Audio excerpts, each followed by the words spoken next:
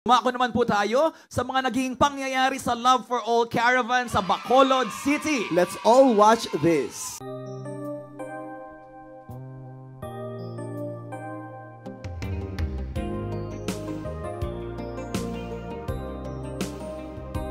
Kung hindi tayo, sino pa nga ba?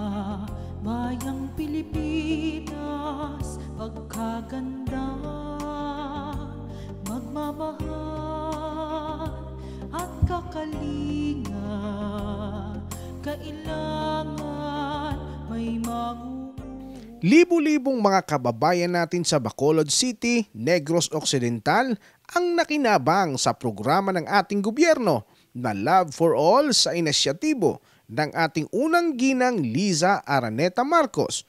Ginanap ang caravan sa University of Negros Occidental, Recoletos Gymnasium. Maliban sa mga libreng basic laboratory exams, medical services at mga gamot, nagkaloob din ng Nanay Kits ang Love for All team para sa mga buntis, libreng wheelchairs at Love for All van para sa mga pagresponde sa anumang medical emergencies. Naroon din ang iba pang private sectors at government agencies na patuloy na umaalalay sa ating mga kababayan sa kanilang mga pangangailangan. Isa na nga rito ang Public Attorney's Office para sa free legal consultations. Kunento po sa akin ni Attorney Acosta na yung legal services tungkol sa pag-aaway ng mga spouses. Today we're having 1,000 registered patients. So this wouldn't have been possible without all the government agencies being here today and all our private sector partners. Thank you very much to all of you for helping us. Kami po ay tunay na sumusuporta buong puso sa Love for All program ng ating mahal na Pangulo, Bongbong Marcos. Palakpakan natin si President Bongbong. At siyempre sa ating mahal na unang ginang, Liza Marcos. Palakpakan po natin. Aba, si First Lady po mismo ang bumababa sa atin para magbigay ng pagmamahal, pagkalinga at patunayan na sila ay may tunay at tapat na pagmamalasakit. Kasama ng ating butihing PAO Chief Persida Acosta ang PAO at ang Regional Public Attorney na si Attorney Edmond Guillen. Actually, unang-una sa lahat, we are very proud, not only happy, but we're very proud that the Public Attorney's Office is very supportive of any program of the government that will really help, makatulong talaga sa mga mahirap, mga kapwa sa buhay. So especially ang Love for All. So we are here to show our all-out support and to render all kinds of free legal services sa lahat ng pupunta ngayong araw dito sa Bacolod City. Hello Chief, mayong aga. So una sa tanan, gapanghinbulahan gi kami. We are so happy dumating ka dito sa Bacolod City para magpakita ng support mo. Each and every one of us in Pamilya Region 6, we are very happy for what you are doing.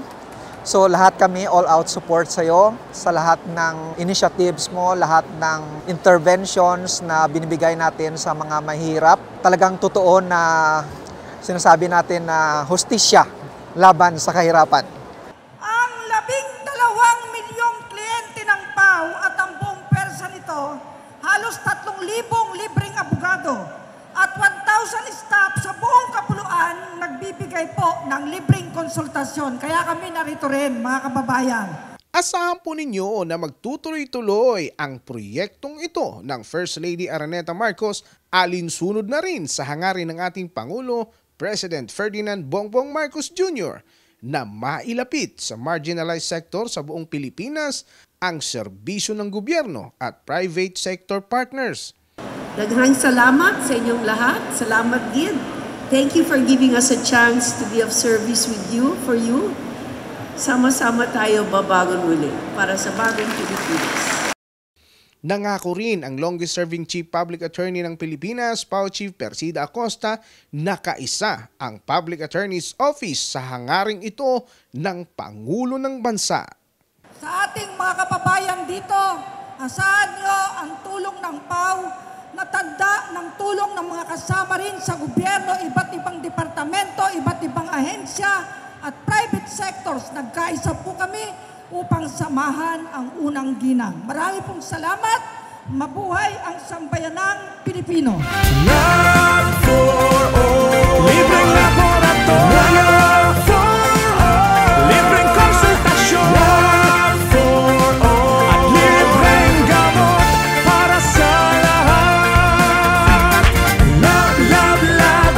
Love for all. Para sa bago. Para sa hashtag Pala News, ako si Gerald Ranyes, kaisa ni Pau Chief Persida Acosta. Katarungan, laban sa kahirapan.